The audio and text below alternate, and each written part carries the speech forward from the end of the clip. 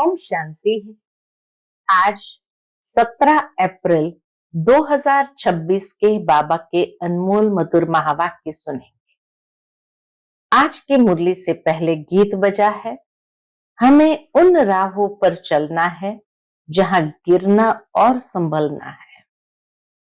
बहुत सुंदर आज की बाबा की मुरली उसी पर है कि हम सभी बच्चे भक्ति मार्ग में जब आते हैं तो भक्ति मार्ग में अनेक कथाएं सुनी, सत्संगों में गए, वहां सुनाने वाला इतना भावना से सुनाता है जो आंखों से आंसू भी आ जाते हैं। परंतु फिर चलते चलते बाबा कहते माया की ग्राहचारी भी आती है तो गिरते भी है, फिर उठते हैं।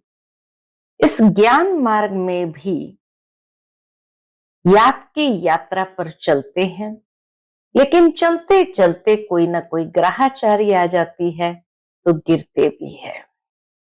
ग्राहचारी मुख्य आती है देह अभिमान की, और देह अभिमान की ग्राहचारी मनुष्य को गिराती है। इसीलिए बाबा हम बच्चों को अभ्यास कराते हैं कि बच्चे जितना हो सके आत्म अभिमानी बनो। साथ ही साथ बाबा कहते तुम्हारी इस यात्रा पर सच्ची सच्ची कमाई है, क्योंकि ये कमाई 21 जन्म साथ चलती है। दुनिया की बाकी सब कमाई इसी जन्म के लिए होती है और यहीं छूट जाती है, लेकिन यह कमाई हमारी अविनाशी कमाई है जो आधा कल्प तक चलती है। इसलिए इस कमाई में लग जाना है, स्वयं भी यात्रा करनी है, करानी है, याद में रहना है और दूसरों को भी याद में रहने का पुरुषार्थ कराना है, ज्ञान सुनना है, सुनाना है। बाबा कहे स्वयं भी धारणा करो और दूसरों को भी कराते हुए पुण्य का खाता जमा करते जाओ। तो सुनते हैं आज के बाबा के अनमोल मधुर महावाक्य। ओम शांति। मीठे बच्चे, पावन बनो तो रूहानी सेवा के लायक बनेंगे। देही अभिमानी बच्चे रूहानी यात्रा पर रहेंगे और दूसरों को भी यही यात्रा कराएंगे। आज की मुरली से प्रश्न है, संगम पर तुम बच्चे जो कमाई करते हो यही सच्ची कमाई है, कैसे? उत्तर है, अभी की जो कमाई है वह 21 जन्म तक चलती है। इसका कभी भी देवाला नहीं निकलता।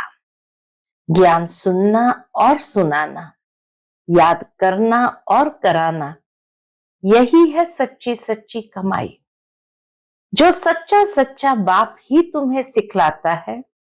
ऐसी कमाई सारे कल्प में कोई भी कर न सके, दूसरी कोई भी कमाई साथ नहीं चलती है। आज की मुरली से पहले गीत बजा है, हमें उन राहों पर चलना है जहां गिरना और संभलना है। ओम शांति। भक्ति मार्ग में तो बच्चों ने बहुत ठोकरें खाई हुई है। भक्ति मार्ग में बहुत ही भावना से यात्रा करने जाते हैं, रामायण आदि सुनते हैं, ऐसे प्रेम से बैठ कहानियां सुनते हैं जो रोना भी आ जाता है। हमारे भगवान की सीता भगवती को रावण डाकू ले गया, फिर सुनने समय बैठ रोते हैं। यह है सब दंत कथाएं, जिससे फायदा कुछ भी नहीं। पुकारते भी है, हे पतित पावन आओ, आकर हम दुखी आत्माओं को सुखी बनाओ। ये नहीं समझते कि आत्मा दुखी होती है, क्योंकि वह तो आत्मा को निर्लेप कह देते हैं। समझते हैं आत्मा सुख दुख से न्यारी है। ये क्यों कहते हैं कि आत्मा सुख दुख से न्यारी है? क्योंकि समझते हैं परमात्मा सुख दुख से न्यारा है। इसलिए कह देते आत्मा भी सुख दुख से न्यारी है। क्यों? क्योंकि आत्मा सो परमात्मा समझ लिया, तो परमात्मा सुख दुख से न्यारा है, इसलिए आत्मा भी निर्लेप है। तो बच्चे फिर सुख दुख में कैसे आएंगे? इन सब बातों को अब बच्चों ने समझा है। इस ज्ञान मार्ग में भी कभी ग्रहाचारी बैठती है, कभी कुछ होता है, कभी प्रफुल्लित रहते, कभी मुरझाया हुआ चेहरा रहता है। यह होती है माया से लड़ाई। माया पर ही जीत पानी है। जब बेहोश होते हैं तब संजीवनी बुट्टी दी जाती है। संजीवनी बुट्टी कौन सी है? मन मना भव। भक्ति मार्ग में चहचटा बहुत है, भपका बहुत है। देवताओं की मूर्तियों को कितना श्रृंगारते हैं, सच्चे जेवर पहनाते हैं। वह जेवर तो ठाकुरों की प्रॉपर्टी हुई। जो जेवर देवताओं को चढ़ाते हैं लोग, वह ठाकुरों की प्रॉपर्टी हुई। ठाकुर की प्रॉपर्टी सो पुजारी व ट्रस्टी की हो जाती है।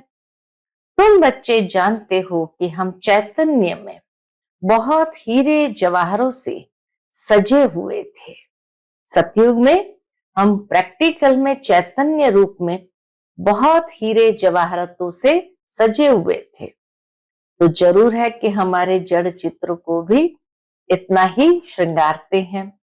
फिर जब पुजारी बनते हैं तो भी बहुत जेवर पहनते हैं। अब कुछ भी नहीं है, संगम पर कुछ भी नहीं है। क्यों? क्योंकि वनवा में है। इसलिए सतयुग त्रेता में बहुत चैतन्य में जेवर पहने, जड़ चित्रों ने भी बहुत जेवर पहने, और अब कुछ नहीं है। चैतन्य रूप में भी पहने, फिर जड़ रूप में भी पहने, अब नो जेवर, बिल्कुल साधारण है।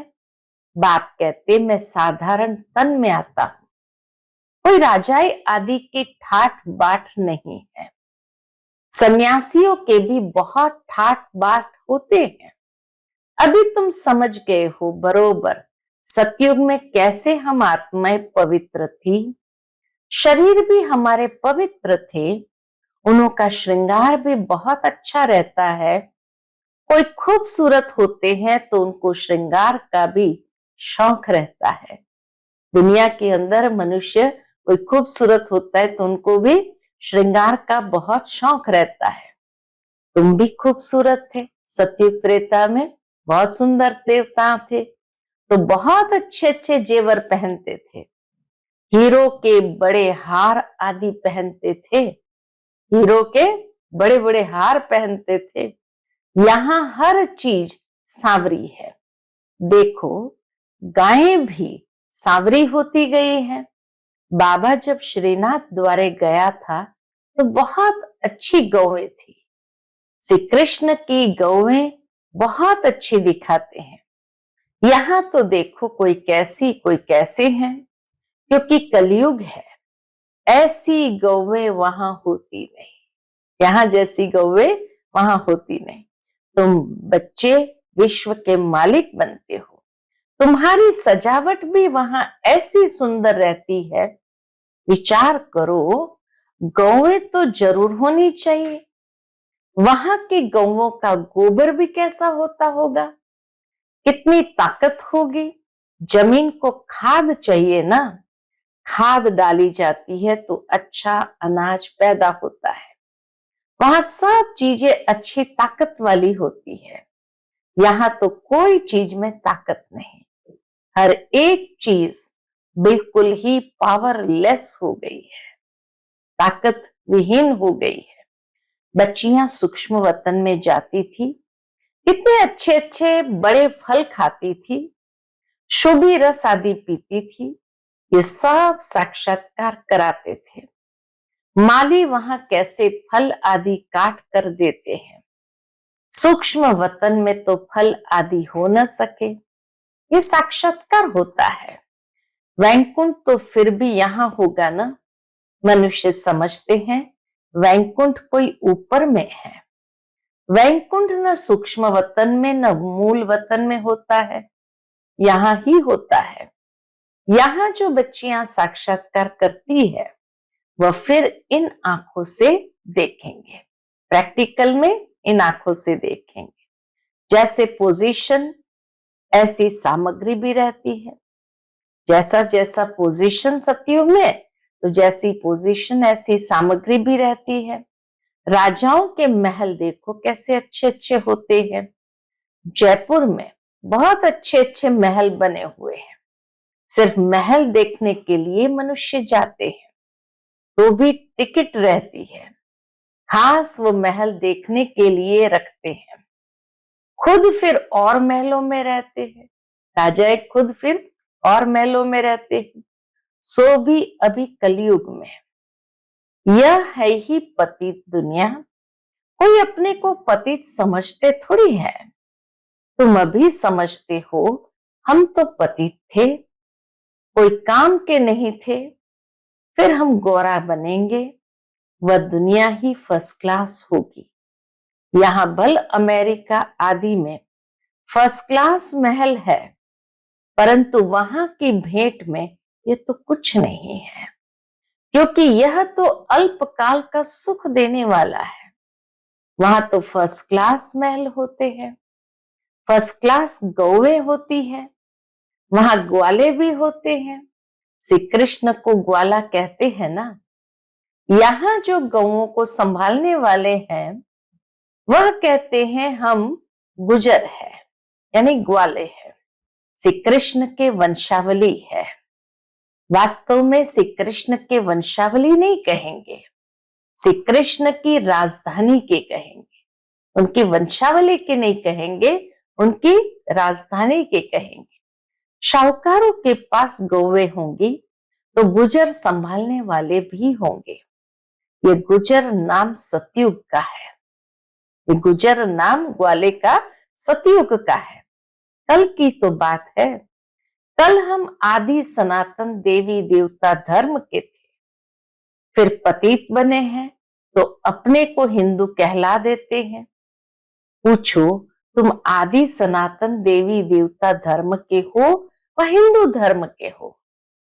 आजकल सब हिंदू लिख देते हैं। हिंदू धर्म किसने स्थापन किया? देवी देवता धर्म किसने स्थापन किया? दोनों सवाल पूछे। हिंदू धर्म किसने स्थापन किया और देवी देवता धर्म किसने स्थापन किया? यह भी कोई नहीं जानते। बाबा ये प्रश्न पूछते हैं, बताओ आदि सनातन देवी देवता धर्म किसने स्थापन किया? शिव बाबा ब्रह्मा द्वारा कर रहे हैं।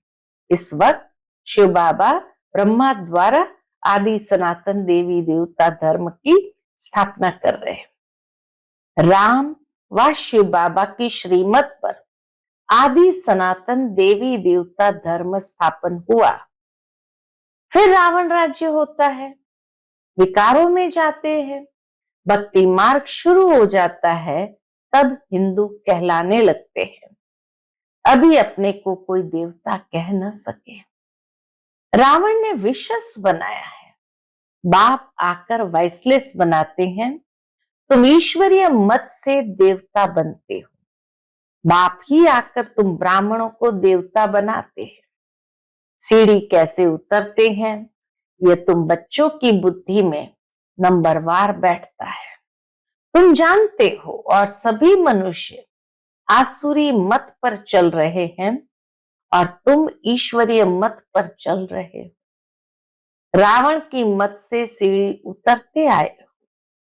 84 जन्मों के बाद फिर पहला नंबर जन्म होगा। ईश्वरीय बुद्धि से तुम सारे सृष्टि के आदि मध्य अंत को जान जाते हैं। बाबा कहते ईश्वरीय बुद्धि से ही हम सारे सृष्टि के आदि मध्य अंत को जान जाते हैं।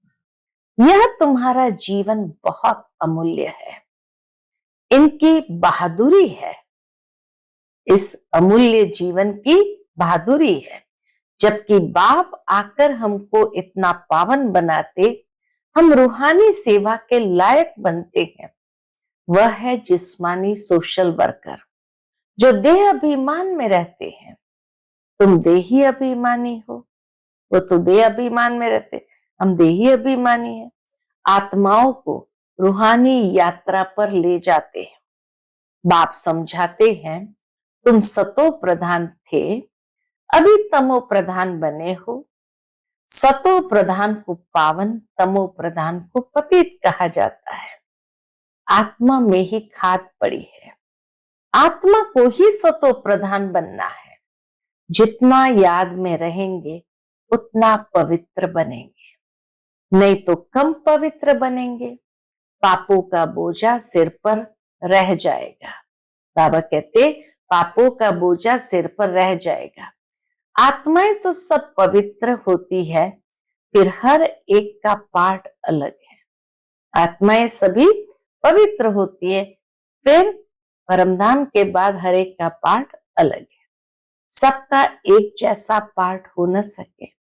सबसे ऊंच बाबा का पाठ है, शिव बाबा का। फिर ब्रह्मा सरस्वती का कितना पाठ। जो स्थापना करता है वही पालना भी करता है।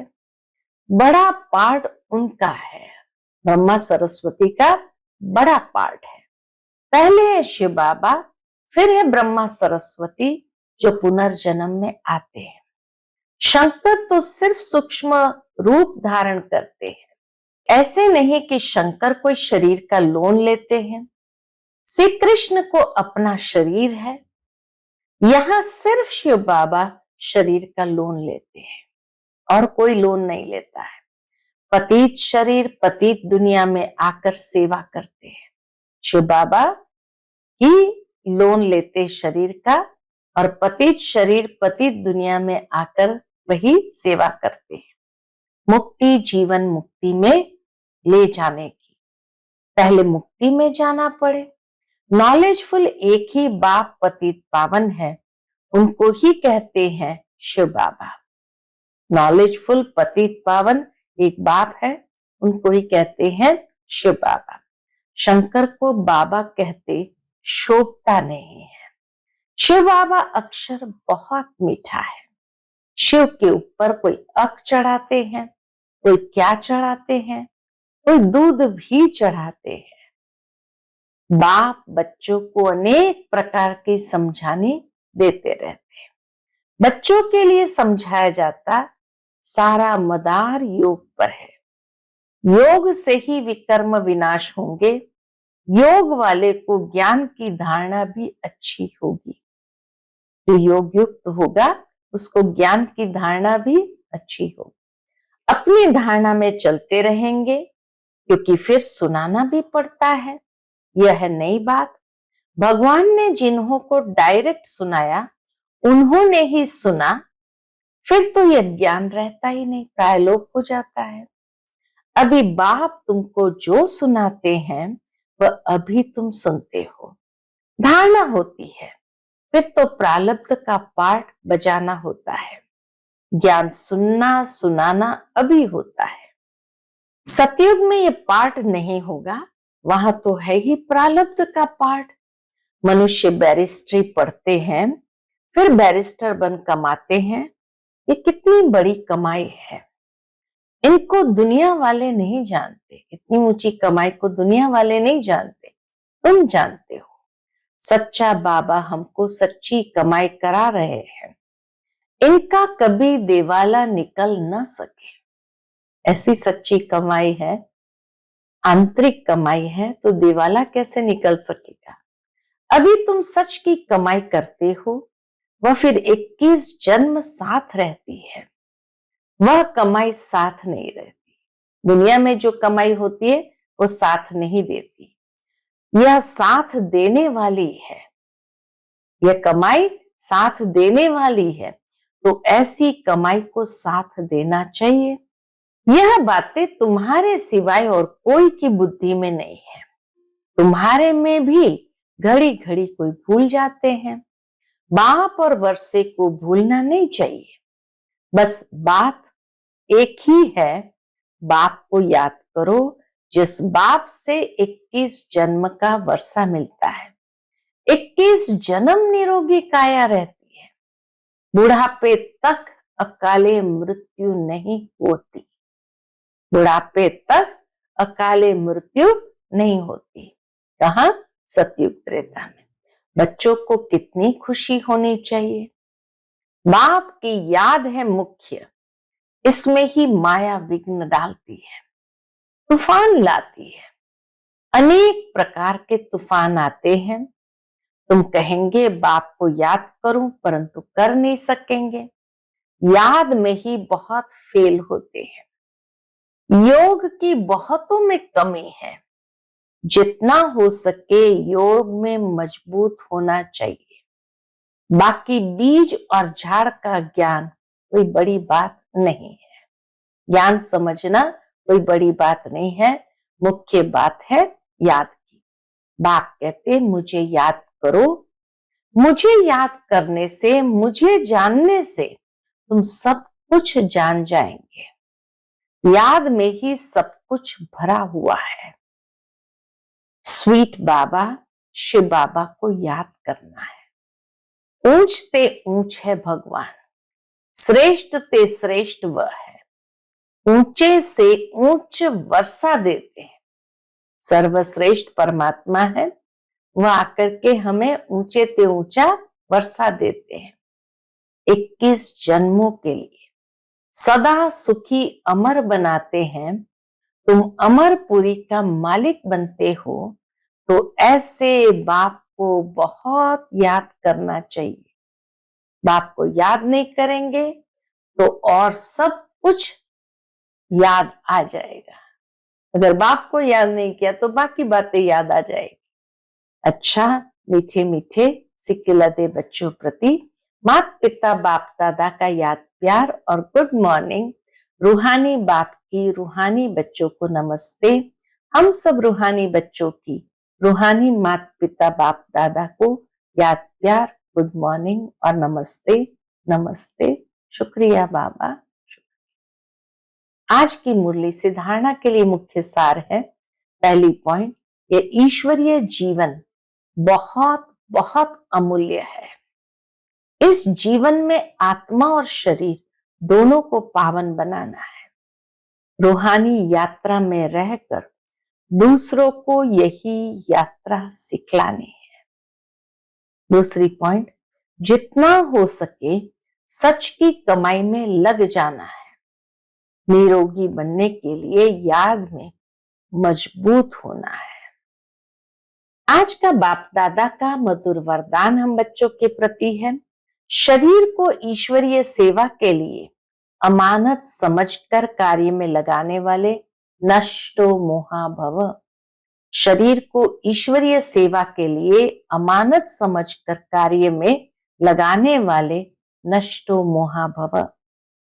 जैसे कोई की अमानत होती है तो अमानत में अपनापन नहीं होता, ममता भी नहीं होती है, तो यह शरीर भी ईश्वरीय सेवा के लिए एक अमानत है।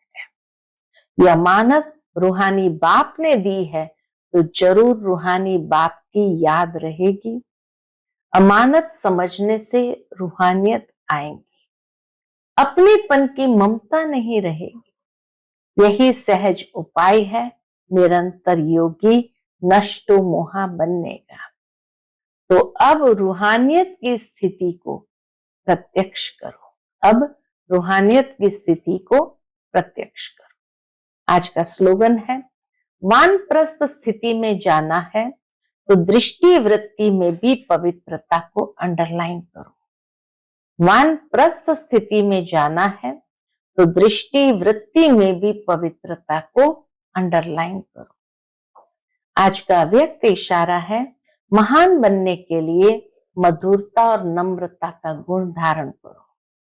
उसके अंतर्गत बाबा कहते, आपका हर बोल महान हो, हर मनसा संकल्प हर आत्मा के प्रति मधुर हो, हर एक को ऊंचा उठाने का स्वभाव, मधुरता का स्वभाव, निर्माणता का स्वभाव हो। मेरा स्वभाव ऐसा है कि कभी नहीं बोलना। मेरा कहां से आया? मेरा तेज बोलने का स्वभाव है, मेरा आवेश में आने का स्वभाव है। स्वभाव के वश होना यही माया है। अब माया जीत बनो, अभिमान व दिल शिकस्त होने के, ईर्ष्या व आवेश में आने के स्वभाव का परिवर्तन करो। अच्छा, ओम शांति।